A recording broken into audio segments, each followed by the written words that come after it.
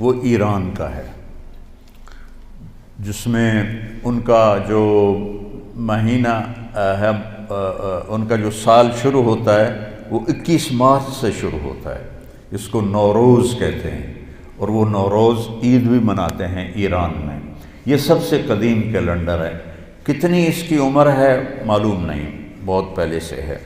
اس کے بعد سب سے پرانا کیلنڈر ہے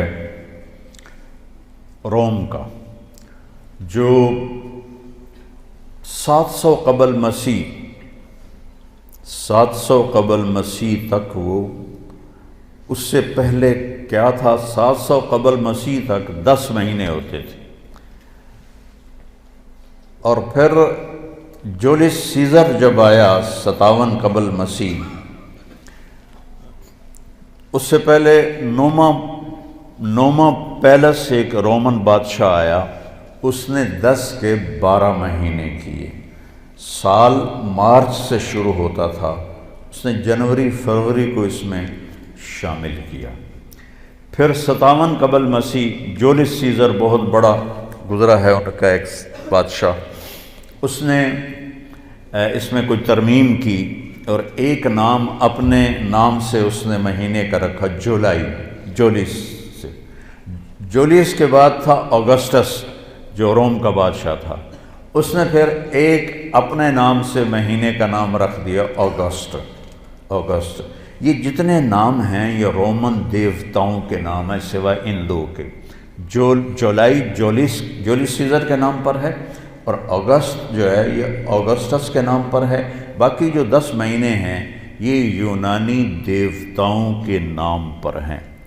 شاید آپ کے سامنے یہ بات کبھی نہ گزری ہو کہ یہ جتنے نام ہیں یونانی تہذیب سے شروع ہوا نا کیلنڈر، تو انہوں نے اپنے دیوتاؤں کے نام پر یہ سارے نام، یہ سب یونانی لفظ ہیں، ان کو تھوڑا صحیح کر کے ہم اپنی اردو میں یا انگلش میں استعمال کرتے ہیں۔ یہ دیوتاؤں کے نام پر یہ نام رکھے گئے ہیں۔ اور پھر جب حضرت عیسیٰ علیہ السلام کا زمانہ آیا تو انہوں نے اس کیلنڈر کو عیسوی کیلنڈر بنایا، اور حضرت عیسیٰ علیہ السلام کی تاریخ پیدائش سے اس کو شروع کیا۔ حضرت عیسیٰ علیہ السلام کی تاریخ پیدائش کے بارے میں کوئی تحقیقی روایت کوئی نہیں ہے، ایک اندازہ تخمینہ ہے جس پر یہ دسمبر کو یہ ختم کیا جاتا ہے۔ پھر یہ چلتا رہا حضرت عیسیٰ علیہ السلام کی پیدائش سے، تو ان کا بھی سال مارچ میں ختم ہوتا تھا اور اپریل میں پہلا مہینہ ہوتا تھا، پھر 1564 میں، سن 1564 عیسوی میں فرانس کے بادشاہ نے اس میں تبدیلی کا حکم دیا اور جنوری کو پہلا مہینہ قرار دیا اور دسمبر کو آخری مہینہ قرار دیا۔ اور اس وقت چونکہ ذرائع ابلاغ نہیں تھے تو کچھ لوگوں کو پتہ چلا، کچھ کو نہ پتہ چلا، تو بہت سے لوگ 1 اپریل کو نیا سال مناتے تھے، تو ان کو لوگ ان پر مذاق ان کا اڑاتے تھے، یہاں سے 1 اپریل فول بنا۔ اس کو بھی کسی مسلمانوں کے ساتھ جوڑ دیتے ہیں کہ مسلمانوں کے ساتھ یہ ہوا تھا، تو پھر انہوں نے یہودیوں نے یہ طریقہ رائج کر دیا کہ اپریل فول مناؤ۔ اب تو خیر کسی کو پتہ بھی نہیں ہے۔ تو اپریل فول جو بنا تھا وہ یہاں سے بنا تھا کہ 1564 میں فرانس کے، اس کا نام نئی تاریخ میں آتا، اس نے جنوری کو پہلا مہینہ کر دیا، تو بہت سے لوگ 1 اپریل کو ہی پہلا مہینہ سمجھتے تھے اور 1 اپریل کو اپنی وہ خوشی مناتے تھے، تو ان کو بیوقوف کہا جاتا تھا، اس سے اپریل فول بنا۔ پھر 6 جولائی 1582، آج جو کیلنڈر آپ کے ہاتھ میں ہے یہ 6 جولائی 1582 کو گریگورین اس کو کیلنڈر کہتے ہیں۔ گریگوری یہ پوپ تھا روم کا، اس نے 30 دن، 31 دن، 28 دن، لیپ سال میں 29 دن، یہ سارا سٹ کر کے یہ 1582 سے یہ کیلنڈر چلا آ رہا ہے۔ ایک کیلنڈر ہے جو ہمارے ہندوستان کا ہے، وہ ہے بکرمی کیلنڈر، اس کو مہاراجا وکرما جیت تھا، جو مدھیہ پردیش جو آج ریاست ہے، اس میں ایک شہر تھا اجین، وہاں کا وہ بادشاہ تھا، اور ہندوستان اس نے سارا فتح کیا۔ 117 سال اس نے عمر پائی، اور یہ کالوں لوگ، کاسٹ ہے نا کالوں، یہ وکرما جیت کی اولاد ہیں، وہ کالوں تھا، اور اس نے اپنی پیدائش سے ہندی کیلنڈر شروع کیا۔ 102 قبل مسیح، حضرت عیسیٰ علیہ السلام کی پیدائش سے 102 سال پہلے وہ پیدا ہوا، اور 15 عیسوی میں مرا، تو 117 سال اس نے گزارے، اور بہت نیک بادشاہ تھا، بہت رحم دل بادشاہ تھا۔ وہ لوٹتا نہیں تھا، لٹاتا تھا۔ ہمارے بادشاہ تو لوٹتے ہیں، لٹاتے نہیں ہیں۔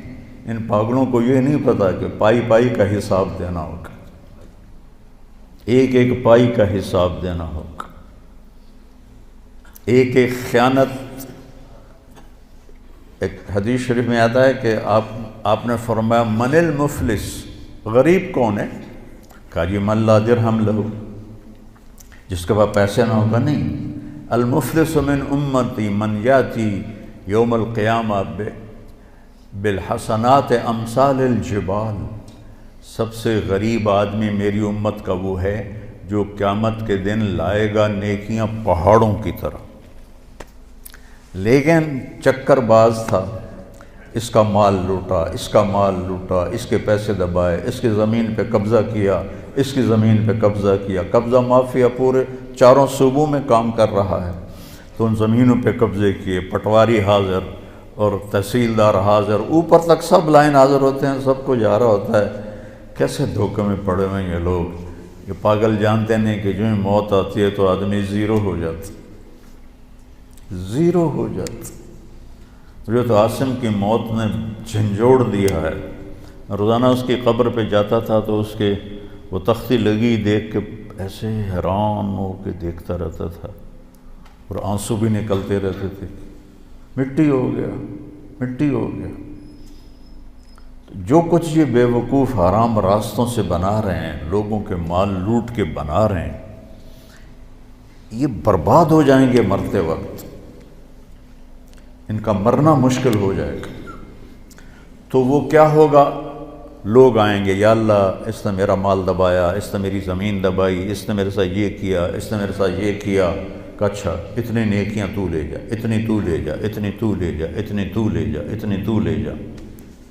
آہستہ آہستہ آہستہ ساری نیکیاں لوگ لے جائیں گے، اور لوگوں کے حق باقی ہوں گے۔ کہیں گے یا اللہ ہم نے بھی اس سے لینا تھا، اب اس کی نیکیاں تو ہیں کوئی نہیں، تو اللہ تعالیٰ کہے گا انہوں نے جو گناہ کی ہیں اس کے سر پہ ڈالو۔ تو گناہ کیا زید نے، سر پہ ڈالا بکر کے، اور وہ دوسرا آیا جی میرا حق بھی ہے کہ اپنے گناہ اس پہ ڈالو، میرا حق بھی ہے کہ اپنے گناہ اس پہ ڈالو، یہاں تک کہ گناہوں کا پہاڑ اکٹھا ہو جائے گا اور ساری نیکیاں کر کے جہنم میں گرا دیا جائے گا۔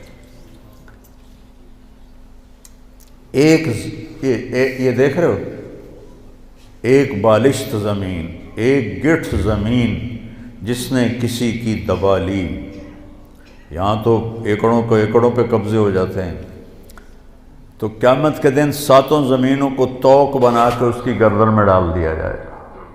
کیسے اٹھائے گا وہ؟ کس طرح مقابلہ کرے گا؟ آج تو اس نے دھونس سے، طاقت سے، کلاشنکوف سے پٹواریوں کو خرید، تحصیلداروں کو خرید، اے سی کو خرید، ڈی سی او کو خرید، کمشنر کو خرید، سارا کچھ کر لیا تھا، یہ سارے لائن حاضر ہو جائیں گے۔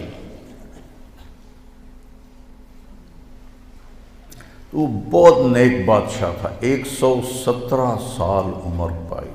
اس وقت تو مذہب ہی کوئی نہیں تھا، تو اگر وہ بت پرست نہیں ہوگا تو جن کو اسلام کی دعوت نہیں پہنچی ان کی بھی اللہ بخشش فرما دے گا۔ تو اس کی نیکی کے اس نے پورے ہندوستان پہ حکومت کی، تو اس نے یہ کیلنڈر بنایا جو ویساکھ سے شروع ہوتا ہے، ویساکھ ہے، اب تو ہمیں بھی بھول گئے، ہمارے بڑوں کو نام یاد تھے، لیکن چونکہ تاریخ میرا مطالعہ رہتا ہے تو اس لیے مجھے یہ یاد ہے کہ وساکھ سے شروع ہوتا ہے۔ تو وساکھ اور جیٹھ، ہاڑ، ساون، بدرو، اس قسم کے اس کے نام ہیں۔ تو ایک کیلنڈر ہمارے ہندوستان کا ہے، یہ اس عیسوی کیلنڈر سے بھی پرانا ہے، اور پھر ایک کیلنڈر ہمارا ہے قمری، یہ سب سے بہترین کیلنڈر ہے۔ سارے کیلنڈر سورج سے جوڑ کے بنائے گئے ہیں، تو ہمارا کیلنڈر اللہ نے ہمیں دیا چاند سے۔ 17 ہجری میں حضرت عمر رضی اللہ تعالیٰ عنہ کی حکومت تھی۔ ابو موسیٰ اشعری رضی اللہ تعالیٰ عنہ یہ گورنر تھے بصرہ کے، تو انہوں نے خط لکھا کہ امیر المومنین آپ کے خط آتے ہیں، نہ پتہ ہوتا ہے یہ کب نافذ ہونا ہے اور نہ پتہ ہوتا ہے یہ کب ختم ہونا ہے، تو ارخ لنا، تو ہمارے لیے کوئی کیلنڈر بنائیے۔ تو حکومت بہت پھیل چکی تھی، 22 لاکھ مربع میل میں حکومت پھیل چکی تھی، تو حضرت عمر کو یہ بات بڑی پسند آئی، تو انہوں نے سب کو جمع کیا، فرمایا بھائی ابو موسیٰ کا خط آیا ہے تو ہمیں اپنا کوئی کیلنڈر بنانا چاہیے۔ سب نے کہا بالکل صحیح ہے، تو فرمایا کہاں سے شروع کریں؟ تو ایک رائے آئی میلاد النبی سے شروع کریں، ولادت نبی سے شروع کریں۔ ایک رائے آئی غزوہ بدر سے شروع کریں، ایک رائے آئی فتح مکہ سے شروع کریں۔ آپ نے حضرت علی سے پوچھا تمہاری کیا رائے ہے؟ کہا ہجرت سے شروع کریں، کہ ہجرت سے اسلام زندہ ہوا، آپ کی ہجرت ہوئی تو اسلام کے دروازے کھلے۔ تو عمر رضی اللہ تعالیٰ عنہ کو یہ رائے سب سے زیادہ پسند آئی، اور یہ طے پایا کہ بھئی ہم ہجرت نبی سے اپنے سال کو شروع کریں گے، کہ آپ نے جب مکہ سے مدینہ کی طرف ہجرت فرمائی تو اس وقت 27 صفر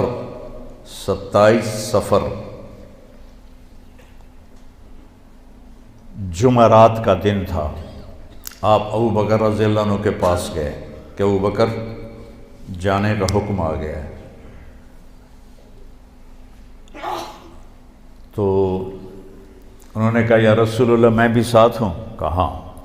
تو وہ رونے لگے خوشی سے، کہ میرے پاس ایک اونٹنی ہے جو ایک بڑی مشہور آپ کی اونٹنی ہے کسوا، یہ ابو بکر نے آپ کو دی تھی، کہا وہ میں آپ کو گفٹ کرتا ہوں اس دن کے لیے۔ کہا نہیں میں پیسے لوں، ہجرت ہے میں پیسے دوں گا، مدینے جا کے پیسے دوں گا۔ تو جمعرات کو یعنی شب جمعہ آپ تہجد کے وقت میں ابو بکر آپ کے پاس تشریف لائے، آپ دونوں حضرات، ابو بکر کہنے لگے یا رسول اللہ میں نے ایک غار تلاش کیا ہوا ہے، ادھر ہے مدینہ اور ادھر ہے غار ثور، بالکل مخالف سمت میں، تو پہلے ہم وہاں جا کے چھپتے ہیں، جب ہماری تلاش ماٹھی پڑ جائے گی تو پھر ہم نکل پڑیں گے۔ اور ایک ان کا دوست تھا عبداللہ بن اریقت، ابو بکر صدیق رضی اللہ تعالیٰ عنہ کا کافر تھا، اس کو رہبر بنایا۔ اس سے پتہ چلتا ہے کہ کافر سے کام لیا جا سکتا ہے۔ بنو عباس کے بڑے بڑے عہدوں پر عیسائی فائز تھے، مغل بادشاہوں کے اور خلجی اور بلبن اور جتنے یہ خاندان غلامہ سب کے پاس ہندو جو تھے وہ بڑے بڑے عہدوں پر فائز تھے۔ تو ہمارے نبی پنجوں کے بل چل رہے تھے، پنجوں کے بل، کہ کھوجی پیر کا نشان دیکھ کے کہیں ہمیں ڈھونڈ نہ لے۔ یہ آپ کو تو پتہ بھی نہیں ہوگا کھوجی کیا ہوتا ہے، ہم نے اپنے بچپن میں یہ سارا منظر دیکھا ہے، کچی سڑکیں ہوتی تھیں، چور چوری کر کے نکلتے تھے، تو کچھ لوگ ایسے ہوتے تھے جو پاؤں ایک دفعہ دیکھ لینا تو 100 میل تک اس کے پیچھے پہنچ جاتے تھے۔ ہمارے دادا کے چھوٹے بھائی کا اونٹ چوری ہو گیا، اور اور چوری ہو جانا ذمہ دار کے لیے بڑی ذلت کی بات تھی۔ یہ نہیں کہ کوئی وہ بھوک کی وجہ سے پیچھے بھاگتے تھے، وہ بےزتی کی وجہ سے اس کو تلاش کرتے تھے کہ ساڑی چوری ہو گئی، ساڑی چوری ہو گئی۔ پھر کچھ ذمہ دار تھے جو وہ چوری کروا کے کھا جاتے تھے، اور کچھ ایسے ہمارے بڑے بھی چوریاں کرواتے تھے لیکن کوئی کھاتا نہیں تھا، آگے دے دیتا تھا، اور وہ چوری دشمنی کی ہوتی تھی، اگلے کو بے عزت کرنے کے لیے کہ ویکھو جی فلانے دا اٹھ چوری ہو گیا، فلانے دی مجھ چوری ہو گئی۔ اس وقت یہی چیزیں چوری ہوتی تھی، پیسہ تو ہوتا نہیں تھا۔ تمہارے دادا کے چھوٹے بھائی کا اونٹ چوری ہو گیا، تو میرے دادا کھوجی کو لے کر نکلے، ہمارا گاؤں تلمبے کے پاس ہے، وہاں سے لے کر پیدل چلتے چلتے چلتے ڈیرہ غازی خان پہنچے، جو وہاں سے کوئی 200 کلومیٹر ہے، وہاں سے آگے چوٹی پہنچے، جو وہاں سے آگے پھر 20-25 کلومیٹر ہے، وہاں پہنچے تو ایک سردار کے ڈیرے پر اونٹ کھڑا ہوا تھا، تو میرے دادا پہنچ گئے، السلام علیکم۔ وعلیکم السلام۔ اٹھ جی ساڈا ہے، اسی لین آئے ہیں۔ وہ کہنے لگا پتر میں چوری کدی کسی دی واپس نہیں موڑی، اے ہن میرا ہے، جاؤ تسی۔ اب میرا دادا کہ ابھی منزل پہ پہنچ کے پانی نہ پاؤں تو اب وہ بیچارے پریشان، لڑ تو سکتے نہیں تھے، 4 آدمی، ایک کھوجی، 4 سے مراد کئی لوگ، اور یہ وہاں تو لڑ نہیں سکتے تھے، وہاں تو سارے رائفلوں والے تھے۔ تو وہ تھوڑی دیر کے بعد وہ سردار کہتا کتھوں آئے ہو؟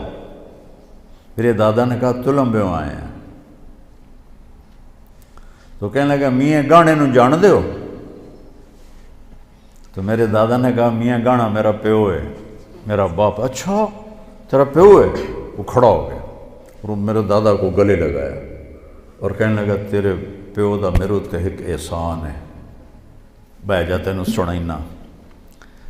تو وہ کہنے لگا میں تلمبے میں پولیس نے مجھے پکڑ لیا، تو تھانے میں ڈھک دیا تلمبے پولیس نے، تو میں نے سپاہیوں سے پوچھا اس تھانے میں کس کی بات مانی جاتی ہے؟ تو سپاہیوں نے کہا میاں گانے دی۔ نام تو اس کا غلام محمد تھا، گہنا کہتے ہیں زیور کو، تو اپنی خوبیوں کی وجہ سے وہ گہنا گہنا کہلاتا تھا، نام غلام محمد تھا اس کا۔ تو وہ کہنے لگا میں ایک سپاہی نو آکھیا بھی جا میاں گانے نو آکھ ایک پردیسی تیرے نال گل کردا ہے۔ تو اس وقت گھوڑے ہوتے تھے، کچی سڑکیں، جنگل، میرا پردادا آ گیا تو کہنے لگا جی حکم کا جی میں چور تا ہاں پر تواڈے علاقے چ کوئی چوری نہیں کی تھی، تے ربوں پھدی پہ ہاں میری مدد کر۔ تو میرے پردادا نے تھانے دار سے کہا اس کو چھوڑ دو، اس نے چھوڑ دیا۔ ان کا تیرے پیو دا احسان ہے میرے ہوتے، اے اپنا اٹھ بھی لے جا تے ایک میرا بھی لے جا۔ تو وہ 2 اونٹ لے کر میرے دادا واپس پہنچے۔ تو وہ ایک بہت بڑی ذلت سمجھی جاتی تھی اس کا، یعنی چوری کا ہو جانا۔ پتہ نہیں یہ گل میں کیوں شروع کی تھی؟ ہاں ہمارے نبی پنجوں پہ چل رہے تھے کہ کھوجی نہ پہنچ جائے۔ تو کھوجی کے لفظ کی وضاحت کے لیے میں نے آپ کو یہ قصہ سنایا، میں نے خود کھوجی دیکھے ہیں، وہ ایسے جھک کے تھوڑی دیر تک پاؤں کو دیکھتے رہتے تھے اور پھر ان کا نقش بیٹھ جاتا تھا، وہ اس کو لے کے چلتے رہتے تھے۔ پکی سڑکیں ہوتی نہیں تھیں، کچی سڑکیں ہوتی تھیں، تو 200 میل تک بھی پہنچ جاتے تھے۔ اور ابو بکر کبھی آگے چلتے کبھی پیچھے چلتے، کبھی آگے چلتے کبھی پیچھے چلتے۔ تو آپ نے فرمایا ابو بکر کیا کر رہے ہو؟ کبھی آگے ہو جاتے ہو کبھی پیچھے ہو جاتے ہو؟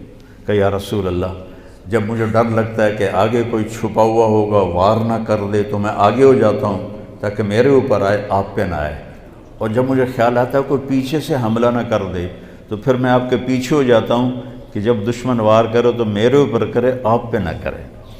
تو پنجوں پہ چلتے چلتے یہ کچھ 4 میل کا فاصلہ تھا، پتھروں پر کنکروں پر آپ کی ساری انگلیاں زخمی ہو گئیں۔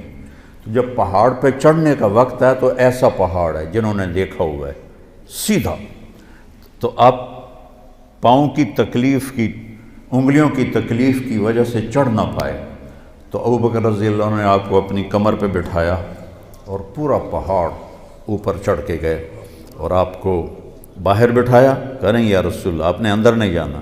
اندھیرا تھا، 27 کی رات تھی، 27 صفر کی رات تھی. اندر گئے، ٹٹول کے جتنے سوراخ تھے نا پتھروں سے بند کیے. پھر سوراخ باقی تھے، اپنی پگڑی کو اتارا اور پھاڑ کے سوراخ بند کیے. پھر سوراخ باقی تھے تو آپ نے کرتے کو اتارا اور پھاڑ کے سوراخ بند کیے. ایک سوراخ باقی رہ گیا، یہ وہ تھا جس میں سانپ تھا. تو بعض علماء نے یہ بات کہی ہے کہ وہ سانپ جو ڈنگ مار رہا تھا وہ اس لیے نہیں مار رہا تھا کہ بھئی سانپ ہونے کی وجہ سے میں ڈس رہا ہوں. وہ ڈنگ مار رہا تھا کہ پیر پر اگر میں بھی نبی دی زیارت کر لی. وہ اس لیے ڈنگ مار رہا تھا کہ میں نبی دی زیارت کرنی. تو جب تھوڑا سا اجالا ہوا تو آپ نے دیکھا ابو بکر ننگے بیٹھے ہوئے تھے، اوپر سے کرتا بھی کوئی نہیں، پگڑی بھی کوئی نہیں. تو آپ نے کہا ابو بکر یہ کیا ہوا؟ کتنے گئے تیرا چولا، تیری پگڑی؟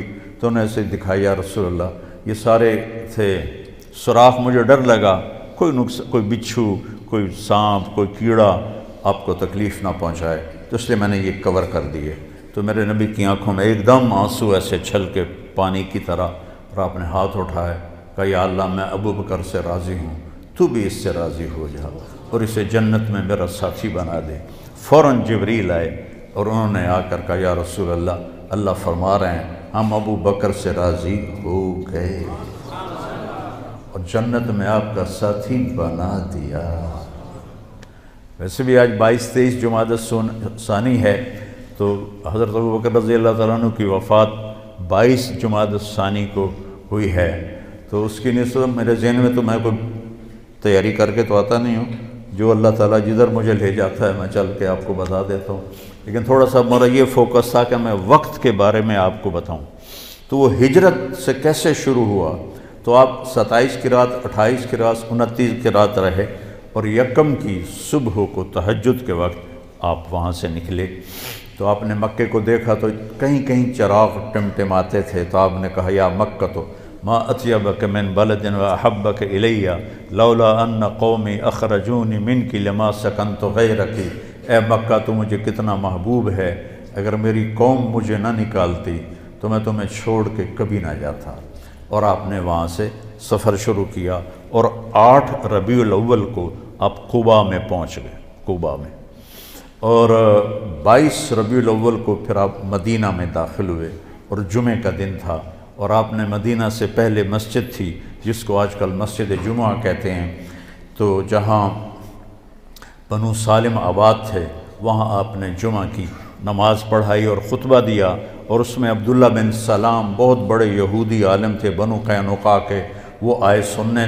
تو آپ نے اس میں ایک جملہ فرمایا جو انہوں نے سن کر کہا کہ یہ نبی کے سوا ایسا خوبصورت کلام کوئی نہیں بول سکتا کہ افشوا السلام وَأَطْعِمُوا الطَّعَامَ وَصِلُوا الْأَرْحَامَ وَصَلُّوا بِاللَّيْلِ وَالنَّاسُ نِيَامٌ تَدْخُلُوا الْجَنَّةَ بِالسَّلَامِ. الفاظ کی موسیقی دیکھیے آپ. سلام پھیلاؤ، کھانے کھلاؤ، رشتہ داروں سے اچھا سلوک کرو، اور رات کو اس وقت اٹھ کے نماز پڑھو جب لوگ سو رہے ہوں، تو آرام سے جنت میں داخل ہو جاؤ. تو کہنے لگے یہ سچا نبی ہی ایسا بول سکتا ہے اور کوئی نہیں بول سکتا. تو یہ تھوڑا سا ہجرت کا خاکہ میں نے آپ کو بتایا. تو پھر وہاں سے آگے اسلام کا عروج شروع ہوا. تو ہجرت پر طے ہو گیا کہ ہم ہجرت سے اپنا کیلنڈر شروع کریں گے. اب آیا کہ پہلا مہینہ کون سا ہو، تو اس میں بھی کئی رائے آئیں. کئیوں نے کہا کہ نبی کی ولادت والا مہینہ پہلا مہینہ ہو، تو کئیوں نے کہا کہ وہی مسلمانوں کی غزوہ بدر کا پہلا مہینہ ہو. اس طرح مختلف رائے آئیں، مجھے اب پوری یاد نہیں ہے. تو پھر حضرت علی کی رائے آئی کہ محرم سے شروع کرو، کیونکہ محرم سے ہجرت کی ابتدا ہوئی تھی۔ ذوالحجہ میں 72 آدمی مدینہ سے آئے اور آپ کے ہاتھ پر بیعت کی۔ حضرت عباس رضی اللہ عنہ کو آپ ساتھ لے کر گئے، وہ مسلمان نہیں تھے، اور اب انہوں نے پہاڑ ہٹا دیے ہیں۔ وہاں منی میں ایک مسجد پرانی سی نظر آتی ہے، جو پیدل جائیں گے نا، تو میں نے تو وہاں نماز بھی پڑھی ہے، اذان بھی دی ہے، جماعت بھی میں نے ہی کرائی ہے، کوئی بھی وہاں نہیں تھا تو شرطے آ گئے تو ان کو میں نے جماعت کروائی تھی۔ میں پیدل چلا گیا تھا عزیزیہ سے، وہاں بیٹھ کر تھوڑا سا وہ میں نقشہ اپنے دماغ میں سوچ رہا تھا کہ یہاں مدینے کے ساتھی اکٹھے ہوئے 72، 2 عورتیں ام منی ام عمارہ اور 70 مرد، اور ادھر میرے نبی اور آپ کے چچا عباس، گپ اندھیرا، رات کا آخری حصہ۔ تو حضرت عباس نے پہلے بات کی کہ دیکھو بھائی، یہ ہم بنو ہاشم اپنے بھتیجے کی حفاظت کر رہے ہیں، دشمنوں سے اس کا بچاؤ کر رہے ہیں۔ تم اگر یثرب نام تھا، یثرب غم کو کہتے ہیں، اگر تم اسے لے جانا چاہتے ہو تو پھر اس کی حفاظت کرو گے، اگر نہیں کر سکتے اور کل کو چھوڑ دو گے تو آج ہی چھوڑ دو۔ تو ایک صحابی ہیں اسد بن زرارہ، کہنے لگے یا رسول اللہ، اگر آپ کی اجازت ہو تو میں جواب دوں، ایسا جواب دوں گا کہ آپ کے چچا کی کوئی توہین نہیں ہوگی۔ ہم نے کہا دو۔ تو وہ کہنے لگا عباس، چوڑیاں تو ہم نے بھی نہیں پہنی ہوئی، ہم بھی جنگوں میں پروان چڑھے ہیں اور تلواروں کی جھنجھناہٹ ہمارے نغمے رہے ہیں، تو کسی ایسے آدمی کو اپنا سردار بنانا جسے قوم نکال دے کوئی آسان کام ہے عرب کے ماحول میں؟ کسی ایسے دین کو قبول کرنا جسے سب عرب نے رد کر دیا ہو آسان ہے عرب کے ماحول میں؟ جب ہم یہ کر چکے ہیں تو حفاظت بھی کر کے دکھائیں گے۔ تو کہ یا رسول اللہ بیعت کے لیے ہاتھ بڑھائیں۔ تو ایک دم ایک صحابی کھڑے ہوئے، حضرت عباس ابن مرداس، وہ عباس بن عبد المطلب چچا، عباس بن مرداس ان میں سے مدینے والوں سے، ٹھہرو ٹھہرو ٹھہرو ٹھہرو ٹھہرو ٹھہرو، مدینے والوں کو ٹھہرو ٹھہرو ٹھہرو ٹھہرو ٹھہرو، کیا ہوا؟ کہنے لگا یہ یاد رکھو، اگر اس کو لے جاؤ گے تمہارے بچے یتیم ہوں گے، تمہاری عورتیں بیوہ ہوں گی، تمہارے مال اموال لٹیں گے، سارا عرب مل کے تم پہ حملہ کرے گا، کر لو گے برداشت؟ تو لے جاؤ، اور نہیں تو ابھی چھوڑ دو۔ تو ابو الہیثم بن تیہان رضی اللہ تعالیٰ عنہ کھڑے ہوئے، یا رسول اللہ ما لنا، اگر یہ سب کچھ ہو جائے، ہم لٹ جائیں، پٹ جائیں، تج ہو جائیں، برباد ہو جائیں، ملے گا کیا؟ آپ نے یہ نہیں کہا تمہیں حکومت ملے گی، آپ نے کہا تمہیں جنت ملے گی۔ کہنے لگا واہ واہ واہ، پھر تو سستا سودا ہے، اپنی شرطیں بتائیں، آپ کیا چاہتے ہیں؟ آپ نے فرمایا ہر حال میں میری مانو گے، جی چاہے یا نہ چاہے۔ کتنی آج کی نسل ہے، کیوں نہیں یہ کرتے ہو؟ میرے نبی کی سنت ہے، جی دل نہیں کرنا، کہتے ہیں دل نہیں کرنا۔ میرے نبی نے یہ پتہ پہلے دن کاٹ دیا کہ جی چاہے یا نہ چاہے میری اطاعت کرو گے، میری مانو گے، اپنے جی کو نکال دو بیچ میں سے، ورنہ گمراہ ہو گئی۔ تو تمہیں کہہ رہا ہوں اپنے جی کو بیچ میں سے نکال دو، میں اپنے آپ کو بھی کہہ رہا ہوں، ورنہ جہنم کے کھڈے کے سوا کوئی جگہ نہیں ہے۔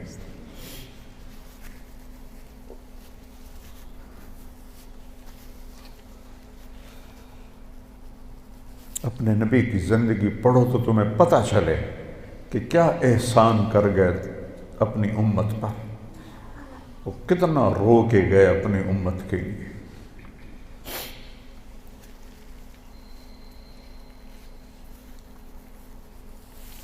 ایک رات آپ دعا کر رہے تھے، یا اللہ ابراہیم علیہ السلام نے تجھ سے کہا فمن تبعنی فإنہ منی ومن عصانی فإنک غفور الرحیم۔ یا اللہ جو میری مانے وہ مجھ سے ہے، جو میری نہ مانے اب تیرا مسئلہ ہے، وہ پکڑ کر یا معاف کر۔ اور یا اللہ عیسیٰ علیہ السلام نے کہا تھا ان تعذبہم فإنہم عبادک وإن تغفر لہم فإنک انت العزیز الحکیم۔ یا اللہ تو معاف کر، تیری مرضی، پکڑ کر تیری مرضی، چوائس دے دی۔ وہ کہا یا اللہ میں صرف ایک ہی بات کرتا ہوں، امتی امتی۔ میں یہ نہیں کہتا ہوں کہ پکڑ یا چھوڑ، میں کہتا ہوں معاف کر معاف کر معاف کر۔ اور آپ کی دھاڑیں نکل گئیں تو جبریل آئے، اللہ نے بھیجا، میرے حبیب آپ کیوں رو رہے ہیں؟ اللہ کو تو پتہ تھا کیوں رو رہے ہیں، آپ تک بات پہنچانی تھی کہ جبریل مجھے میری امت کا غم رلا رہا ہے، ہم پیدا بھی نہیں ہوئے تھے اور وہ ہمارے لیے رو رہے تھے۔ تو کوئی گنجائش ہے کہ عمل کے طریقے کو چھوڑ کر کسی اور طرف جائیں؟ نیا سال آ گیا ہے، سال تو ہوئی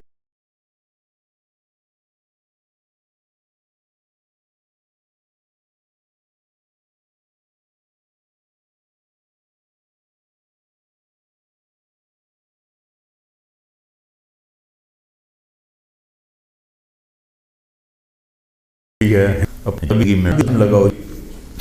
تو اللہ نے آ کے جبریل نے کہا یا رسول اللہ، اللہ فرما رہے ہیں ہم آپ کو آپ کی امت کے بارے میں خوش کر دیں۔ فرمایا تطیعوننی فی المنشط والمکرہ، جی چاہے یا نہ چاہے میری مان کے چلو گے۔ تنفقون علی فی العسر والیسر، تنگی اور فراخی میں میرے اوپر مال خرچ کرو گے، میری حفاظت کرو گے جیسے اپنے بچوں کی کرتے ہو،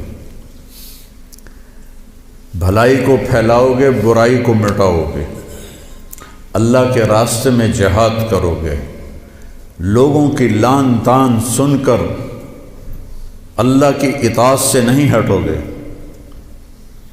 لوگوں کی لان تان، لوگ تانے دیں گے، کیا کیا کہیں گے۔ میں جب آج سے 52 سال پہلے جب میں اللہ نے مجھے میڈیکل سے موڑا اور میں نے مدرسے میں جانے کا کہا تو پورا خاندان 6 مہینے صرف میں ٹارگٹ ہوتا تھا، گالیاں تانے، رائمنڈ والوں کو گالیاں، مولویوں کو گالیاں، مجھے گالیاں، میں تو ان کی اولاد تھا پھر مجھے بھی گالیاں۔ کہ پرواہ نہیں کرو گے، ڈٹ کے چلو گے، جم کے چلو گے۔ تو نے کہا جی اور کچھ؟ کہ بس اور کچھ نہیں، کہ ہاتھ بڑھائیں۔ تو آپ نے ہاتھ بڑھایا تو 2 صحابہ نے پہل کے لیے دوڑ لگائی، ایک برا بن معرور، ایک ابو الحسن بن تیہان۔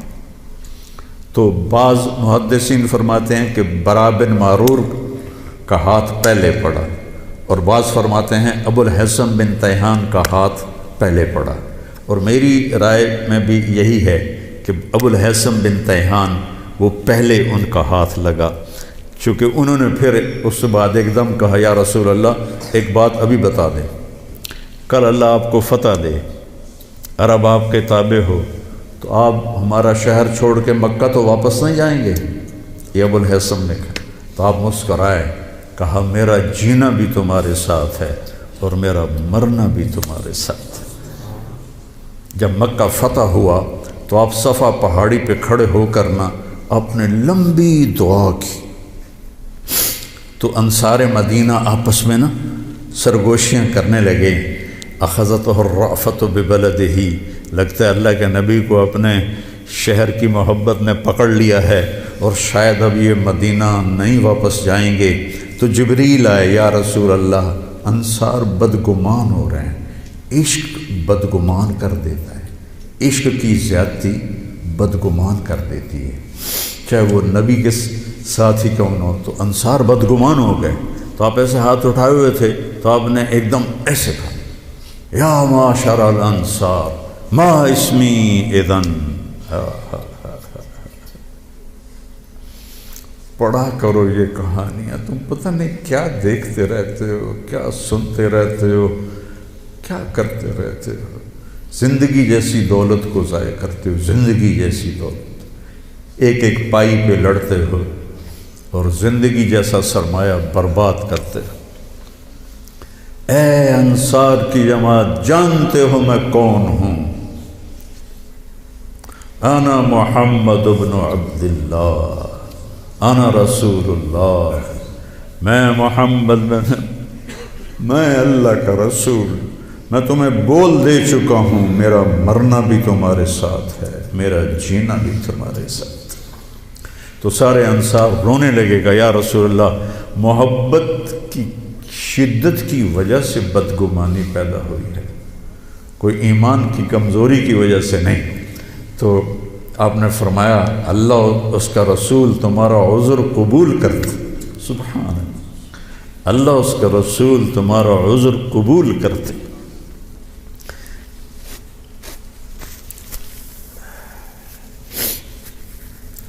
تو اس میں دو عورتیں بھی تھیں، ام منی اور ام عمارہ۔ تو وہ آئیں ہاتھ بڑھانے، تو ہم نے کہا نہیں، تمہاری بیعت زبان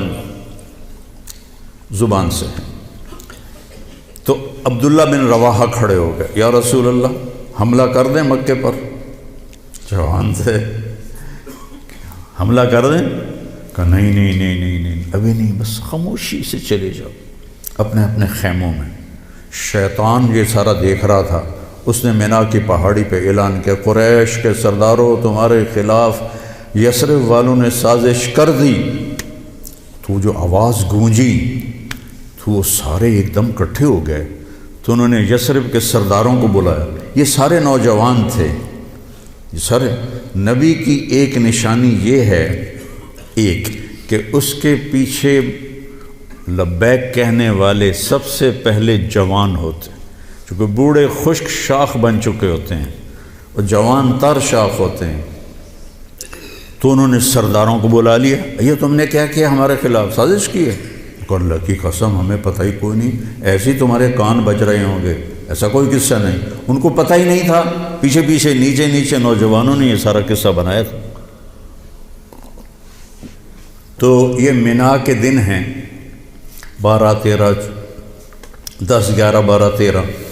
تو اس کے 2 ہفتے کے بعد پھر اللہ تعالیٰ نے ہجرت کی اجازت دی، تو محرم سے ہجرت کی ابتدا ہو گئی۔ تو آپ نے فرمایا چونکہ ہجرت کی ابتدا تو محرم سے ہے، ہمارے نبی نے ہجرت کی سفر میں جا کر 27 سفر، تو ہم ہجری شروع کریں گے وہاں سے، اور سال شروع کریں گے محرم سے، کہ محرم سے ہجرت کی ابتدا ہوئی تھی، اور حاجی حج کر کے واپس جاتے ہیں تو محرم پہلا مہینہ بنتا ہے۔ تو لہٰذا ہمارا جو سال بنا وہ بنا محرم سے شروع ہوگا، اور اس کی جو سال کی جو انتہا ہے، ابتدا، وہ ہجری سے ہوگی۔ اور صحابہ اجازت لے رہے تھے، جا رہے تھے، ابوبکر صدیق نے اجازت مانگی تو آپ نے انکار کر دیا، تو کہا یا رسول اللہ میں آپ کے ساتھ جاؤں گا؟ آپ نے کہا ہاں۔ حضرت عمر رضی اللہ عنہ نے اجازت مانگی، آپ نے دے دی، تو حضرت عمر رضی اللہ تعالیٰ عنہ نے زرہ پہنی، تلوار سجائی، اور بیت اللہ کا طواف کیا، اور جہاں سارے قریشی بیٹھے تھے وہاں کے کھڑے ہو گئے، کہا بھائی جو یہ چاہتا ہو کہ اس کی بیگم بیوہ ہو جائے، بچے یتیم ہو جائیں، تو یہ میں مکہ چھوڑ کے جا رہا ہوں، جس مائی کے لال میں طاقت آئے اور مجھے روک کے دکھائے۔ ایک بھی نہیں اٹھا، ایک بھی نہیں اٹھا، سارے سہم گئے، دبک گئے۔ میرے نبی سے زیادہ دلیر تھے حضرت عمر، آپ چھپ کے گئے۔ حضرت عمر کا فعل سنت نہیں بننا تھا، میرے نبی کا فعل سنت بننا تھا۔ کمزوری کے وقت میں کیا کرنا ہے، ہمیں طریقہ سکھانے کے، ورنہ جبریل ایسے براق پہ بٹھاتے اور جا کے مدینے اتار دیتے۔ امت کو سبق دینا تھا، جب تم کمزور ہو تو پھر اس وقت تم نعرے بازی نہ کرو، اپنی طاقت کو حاصل کرو۔ نعروں سے بھی کبھی کوئی قوم فتح ہوتی اور بد دعاؤں سے بھی کبھی کوئی قوم برباد ہوتی، ہمارے جیسوں کی بد دعائیں۔ تو اپنی اصلاح کمزوری کے وقت میں وہ کرو جو میرے نبی نے کر کے دکھایا۔ کمزوری کے وقت میں وہ نہ کرو جو بدر میں انہوں نے کر کے دکھایا۔ اس وقت سارا باطل ہم پر چھایا ہوا، ہمیں تو ایک جہاز کا پرزہ بھی بنانا نہیں آتا، تو وہ کتنے بے وقوف ہوں گے جو کہیں ہم ان کو ذرا پرزہ دے ہوئے جو توڑو تے ہی بم سٹنا ہے۔ کیا خیال ہے دیں گے وہ؟ جب تک ہم اپنے وسائل پہ، جب تک ہم اپنے علم میں، دیکھو چائنا والوں نے جا کے انگلینڈ میں علم نہیں سیکھا، امریکہ میں علم نہیں سیکھا۔ ہمارا ہر محکمہ، چاہے وہ فوج ہو چاہے وہ سول ہو، امریکہ جا رہے ہیں، انگلینڈ جا رہے ہیں سیکھنے کے لیے۔ ارے دشمن بھی کبھی سکھائے گا کچھ؟ ہم خود تراشتے ہیں منازل کے سنگ میل، ہم وہ نہیں ہیں جن کو زمانہ بنا گیا۔ جاپان نے کوئی جا کے انگریزی سیکھی تھی، چائنا نے انگریزی سیکھی تھی۔ انگریزی سیکھنا کوئی منع نہیں ہے، ایک زبان ہے، سیکھو، لیکن اس کو بڑائی اور عزت کا معیار بنا لینا کیا ظلم و ستم ہے یار۔ اپنے علم میں خود مختار بنو گے، اپنی طاقت حاصل کرو گے، اللہ سے تعلق بڑھاؤ گے، پھر نعرے لگاؤ۔ ایسے زندہ باد مرد آباد کیا فضولیات، مسجدوں میں اتنا شور مچ جاتا ہے، زندہ باد مرد آباد۔ حضرت عمر رضی اللہ تعالیٰ نے دیکھا دو آدمی مسجد نبوی میں اونچی اونچی بات کر رہے تھے، تو آپ نے ایک کنکر اٹھایا اور ان کو ایسے پھینکا، جب ان کے سامنے گرا تو انہوں نے مڑ کے دیکھا، تو حضرت عمر نے ایسے اشارے سے بلایا مسجد نبوی میں، تو وہ آ گئے، کہاں سے آئے ہو؟ کہ یہ طائف سے۔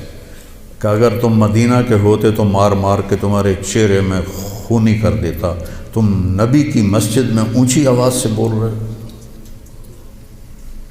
یہاں یہ ساری مسجدیں مسجد نبوی سے جڑی ہوئی ہیں، بیت اللہ سے جڑی ہوئی، ان میں نعرے کبھی زندہ آباد کبھی مرد آباد، یہ کیا امت نے طریقہ اپنا لیا ہے۔ سلطان عبد المجید نے جب مسجد نبوی بنائی، جو سیکنڈ لاس تھا ترکی بادشاہ، تو اس نے ساری دنیا سے کاریگر بلائے، ان کو استنبول میں ایک بستی میں ٹھہرایا اور کہا اپنے ہر ہنر والا اپنے بچے کو حافظ بنائے اور اپنا ہنر سکھائے۔ تو سب نے ایک ایک بچہ حافظ بنایا، اپنا تعمیراتی ہنر سکھایا، تو 3000 حفاظ اور کاریگر تیار ہوئے۔ ان کو سلطان عبد المجید نے مدینہ بھیجا اور انہوں نے مسجد نبوی کی تعمیر شروع کی۔ سارا ہر پتھر پہ قرآن پڑا ہوا ہے، جو پرانی مسجد ہے۔ اور جب کوئی پتھر رکھتے تھے اور وہ تھوڑا بڑا ہوتا تھا، اس کے مطابق نہیں ہوتا تھا، تو وہاں نشان لگاتے، وہاں بھی تراش سکتے تھے تیشے کے ساتھ، نشان لگاتے۔ جس بستی میں وہ ٹھہرے ہوئے تھے وہاں وہ پتھر واپس جاتا، وہاں اس کی کاٹ تراش کر کے پھر واپس بھیجا جاتا، پھر اسے لگایا جاتا، پھر وہ تھوڑا سا زیادہ ہوتا، پھر وہیں جاتا تھا، اور وہاں جا کے تاکہ ٹھک ٹھک کی آواز میرے نبی کو تکلیف نہ دے۔ میرے نبی تو اپنی قبر میں زندہ ہیں تاکہ ان کو تکلیف نہ ہو، تو پھر اس کو واپس لا کے پھر جوڑا جاتا تھا۔ ایسے ہی بیت اللہ بنا، وہ جو پرانا اب انہوں نے گرا کے نیاب کر دیا، تو ہر پتھر پہ قرآن پڑھا گیا ہے، ہر پتھر پہ۔ اور مسجد کا ادب ایسا تھا۔ پھر اس کے بعد یہ نئی مسجد، ہر سال میں جاتا تھا، میں دیکھتا تھا وہ کاریگر سگریٹ پی رہے ہوتے تھے، دھواں اڑا رہے ہوتے تھے، اور ساتھ تعمیر کر رہے ہوتے تھے. نہ وہ عشق میں رہیں گرمیاں، نہ وہ حسن میں رہیں شوخیاں، نہ وہ غزنوی میں تڑپ رہی، نہ وہ خم ہے زلف ایاز میں. وہ زمانہ ہی بدل گیا. وہ مسلمان آئے عشاق گئے وعدہ فردہ لے کر، اب انہیں ڈھونڈ چراغ رخ زیبا لے کر. تو ہمیں قمری سال دیا گیا. اس کی وجہ مجھے سمجھ آئی 2014 میں جب میں ناروے گیا، اور ناروے میں ہے اینڈ آف دا ورلڈ، شمال میں and of the world Norway میں ہے. میں وہاں گیا. اس علاقے میں 2 مہینے سورج نکلتا نہیں اور 2 مہینے ڈوبتا نہیں. تو کیلنڈر جو شمسی ہے وہ فیل ہو جاتا ہے. رات ہے لیکن سورج نکلا ہوا پتہ نہیں دن ہے یا رات، دن ہے سورج نکلا ہوا پتہ نہیں دن ہے یا رات ہے. تو کئی علاقے ہیں ایسے اوپر شمال میں جہاں سورج کا کیلنڈر فیل ہو جاتا ہے. تو 3 گھنٹے کا اوسلو سے جہاز تھا، آگے 5 گھنٹے کا موٹر کا سفر تھا، 8 کلومیٹر کی سرنگیں تھیں، اور پھر آخری بستی مچھیروں کی تھی، وہاں سے پھر 1.25 گھنٹہ آگے موٹر کا سفر تھا. تو جب ہم وہاں پہنچے تو وہ جون جولائی سورج ڈوبتا نہیں، 1 اگست کو ڈوبنا شروع کرتا ہے، اور ہم 4 اگست کو پہنچے. اور شروع میں بس 1 تاریخ کو ایسے ڈوبتا ہے ایسے نکل آتا ہے، پھر 2 کو تھوڑا سا وقفہ کرتا ہے، 3 کو تھوڑا سا وقفہ کرتا ہے. 4 اگست کو 20 منٹ کی رات تھی. چونکہ میں 4 اگست کو کیوں مجھے یاد ہے، 4 اگست کو 20 منٹ کی رات تھی. اور ہم وہاں پہنچے تو ابھی ہم نے مغرب بھی پڑھنی تھی، عشاء بھی پڑھنی تھی، اور سورج نکلنے سے پہلے فجر بھی پڑھنی تھی. تو یہ ایک انوکھا واقعہ میرے ساتھ آیا ہے جو شاید ہی کسی اور کے ساتھ پیش آیا ہو، یا میرے ساتھ جو ساتھی تھے. وہاں میں بھاگا اور ریلنگ تھی اس کے ساتھ کھڑے ہو کر میں نے اذان دی. مجھے اللہ کی مخلوق کو 2 دفعہ دیکھ کے ہیبت طاری ہوئی. ایک ماؤنٹ ایورسٹ کو دیکھا جب وہ پوری طرح ننگا تھا، چوٹی خالی تھی، دیکھ کر میں بالکل گم ہو گیا. جس کے کیل اتنے بڑے ہوں وہ اللہ کتنا بڑا ہوگا. اور ایک وہ جب میں اینڈ آف دی ورلڈ پر پہنچا تو اس کا وہ منظر دیکھ کے میں گم ہو گیا. میں نے اذان دی، ٹھنڈی ہوا چل رہی تھی، تو میں نے قبلہ دیکھنا چاہا تو چاند سامنے چمک رہا تھا. سورج فیل ہو گیا تھا، چاند چمک رہا تھا. تو آج سمجھ میں آیا کہ اللہ نے ہمیں چاند کا کیلنڈر کیوں دیا ہے، کہ میرا نبی سارے زمانے کا نبی ہے. جہاں سورج نہیں نکلتا اور جہاں سورج کئی مہینے نہیں ڈوبتا، اگر وہاں کوئی مسلمان ہیں تو دن رات کا حساب کیسے لگائیں گے؟ چاند کو دیکھ کر. میں نے چاند دیکھا، واہ واہ اب یہ رات کھڑی ہے. تو وہ قبلہ فٹ کیا، مغرب کی نماز پڑھی. مغرب عشاء اکٹھی پڑھنا تو مسافر کے لیے جائز ہے باقی ائمہ کے نزدیک. تو پہلے مغرب پڑھی، پھر عشاء پڑھی، پھر ساتھ ہی میں نے فجر کی اذان دی. ہاں عشاء پڑھی. ایک وطر پڑھنا بھی سنت ہے. تو میں نے کہا بھائی آج ہکو وطر پڑھو کدیں فرض نہ نکل جاوے. تو ایک وطر پڑھا، پھر میں نے فجر کی اذان دی، ٹک ٹک ٹک ٹک 2 سنتیں پڑھی، پھر والعصر انا اعطینا سے میں نے فرض نماز پڑھائی. اور بیٹھے ہی تھے کہ سورج آکھے السلام علیکم. تو وہاں جا کے مجھے یہ بات سمجھ میں آئی کہ اللہ نے ہمیں چاند کا کیلنڈر کیوں دیا ہے. یہ کہیں بھی ناکام نہیں ہوتا، کہیں فلاپ نہیں ہوتا. سورج کا کیلنڈر کتنی جگہ ہیں دنیا میں جہاں فلاپ ہو جاتا ہے، ناکام ہو جاتا ہے. تو یہ ہمارے نبی کی عالمی نبوت کی ایک دلیل چاند کا نظام شمسی بھی ہے. تو بھائیو میں بہت ساری باتیں وقت کے متعلق بتا گیا. کہنا تو یہ تھا کہ ہندسہ بدلا ہے تو اپنے آپ کو بھی بدلیں، توبہ کریں اپنے رب کی بارگاہ میں اور گناہوں سے توبہ کریں. پتہ نہیں کب عاصم کی طرح کس کو موت اٹھا کے لے جائے. تو نہ جانے بلا لے پیا کس گھڑی، تو کیا کیا کرے گی کھڑی دن کے دن. نہ جانے بلا لے پیا کس گھڑی، پتہ نہیں کب موت کا ڈنکا بج جائے۔ تو بھائیو اس سے پہلے توبہ کرو، اپنے رب کی بارگاہ میں جھکو، فرائض ادا کرو، 5 نمازیں پوری پڑھو، جھوٹ نہ بولو، سچ بولو، دھوکہ نہ دو، دیانتداری سے چلو، بدکاری نہ کرو، نکاح کرو، یہ نشے نہ کرو، حلال پیو، حلال کھاؤ، حرام نہ کماؤ، حلال کماؤ، ماں باپ زندہ ہیں تو ان کے آگے اف بھی نہ کرو، بیوی بچوں سے حسن سلوک رکھو، روب جمانا نہیں، ماں باپ سے کہتا ہوں اولاد کی عزت کرو، اولاد کو عزت دو، انہیں ڈانٹ ڈپٹ سے نہ چلاؤ، پیار سے چلاؤ۔ اولاد سے کہتا ہوں ماں باپ کے آگے اف بھی نہ کرو کہ وہ تمہاری جنت ہیں، وہ تمہاری جنت کے دروازے ہیں، اور اپنی کمائیوں میں حلال رکھو۔ ایک دوسرے سے لڑے ہوئے ہو تو صلح کر لو، کہ اللہ پاک کو آپس کا لڑنا بالکل پسند نہیں ہے۔ اور اب یہ سیاست کا بازار گرم ہو رہا ہے، یہ نہیں منافقت ہے، منافقت کے سوا کچھ نہیں ہے، اس سے دور ہی رہو تو اچھا ہے۔ اور اگر کہیں کوئی سیاست کا کسی کو شوق ہے تو پھر اپنے مخالف کی بدخوئی نہ کرے، اس کی برائی نہ کرے، اس کو گالیاں نہ دے، اس کو برا بھلا نہ کہے، ورنہ اپنی آخرت خراب کرو گے۔ یہ ایم پی ایم این اے ٹکے بک رہے ہیں تو ان کی کیا حیثیت؟ آج کل کے وزیروں کو کون پوچھ، وزیر اعظم کو کوئی نہیں پوچھتا تو وزیروں کو کس نے پوچھنا؟ جب میں لاہور پڑھتا تھا تو مغربی پاکستان ہوتا تھا، ایک صوبہ، اور اس کا گورنر تھا امیر محمد خان اکیلا، اور پورے مغربی پاکستان کے 11 وزیر تھے۔ ان کا روب بھی تھا، ان کے پاس پاور بھی تھی، ان کا پروٹوکول بھی تھا، وہ دیانتدار بھی تھے۔ کیا کریں، اپنے اوپر ہی روئیں، آنسو بہائیں۔ تو بھائی توبہ کرتے ہو سارے؟ کہو میرے ساتھ، یا اللہ میری توبہ، پھر کہو یا اللہ میری توبہ، پھر کہو یا اللہ میری توبہ۔ انشاءاللہ ہماری توبہ قبول ہوگی۔